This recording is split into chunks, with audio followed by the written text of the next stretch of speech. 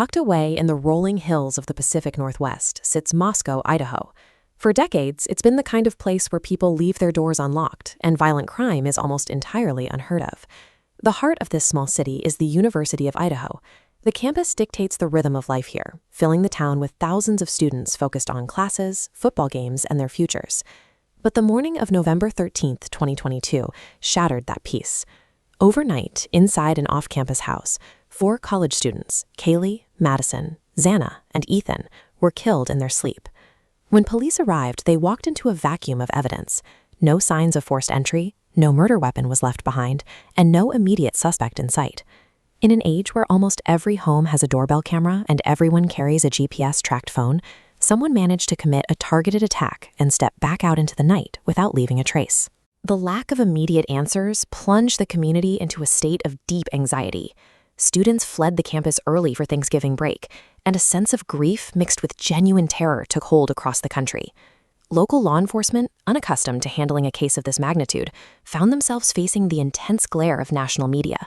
The pressure to provide answers mounted by the hour. Investigators cast a massive net, pulling in tens of thousands of tips, surveillance hours, and cell records. But this volume created a wall of digital noise, requiring manual human review. Solving this required rigorous elimination, discarding irrelevant details until one single anomaly remained. The first major lead came from neighborhood security cameras. Detectives manually reviewed hours of dark, grainy footage from the streets surrounding the house. They eventually spotted a recurring detail, a white Hyundai Elantra. It was seen circling the neighborhood in the early hours, when investigators believed the crimes occurred. Police released the car's description to the public and shared the profile with neighboring jurisdictions, asking officers to scan campus parking lots and traffic cameras for this exact model. Identifying that specific car gave the intruder a physical footprint. The search moved from a nationwide panic to a hunt for one specific piece of rolling evidence. That search led authorities to an apartment complex near the Washington State University campus, 10 miles away. There, they found a white Elantra belonging to a 28-year-old graduate student named Brian Kohberger. Kohberger was a PhD student in criminology. His entire academic career was dedicated to studying criminal justice, and he had specifically taken classes in forensic psychology and crime scene investigation. Yet, despite years spent studying how to evade detection, the trail he left behind was surprisingly robust. His vehicle was caught on camera, his phone pinged nearby towers, and left physical material at the scene. A student who spent his career dissecting the criminal mind now found himself under the microscope of the system he studied. Investigators built a timeline using his digital exhaust. This map shows his historical cell tower pings, tracking movements across state lines. Records indicated his phone pinged near the victim's house at least 12 distinct times before the attack. But the geographic tracking only provided proximity. The case was ultimately cemented by what investigators found right next to one of the victims, a tan leather knife sheath left behind in the dark. State lab technicians carefully swabbed the button snap of that sheath and extracted a trace of touch DNA.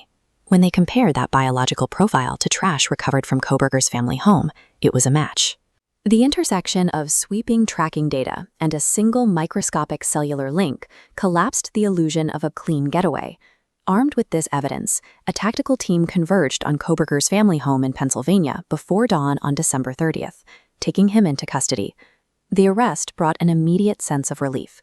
The physical threat to the community was over, and the residents of Moscow could finally exhale. Kohberger was extradited back to Idaho to face trial. The center of gravity shifted from the police department to the Leda County Courthouse. But as the legal process moves forward, the nature of the mystery has changed. We now have a detailed map of who committed the act and how they were caught, but we are blind as to why they happened. There is no known prior connection between the suspect and the 4 victims. Without a motive, the families are left grappling with a violent act that feels entirely arbitrary. Modern forensics and digital tracking make it nearly impossible for a perpetrator to move without leaving a footprint. But while data and science can place a person in a room, they still cannot explain what drives a human being to cross that threshold.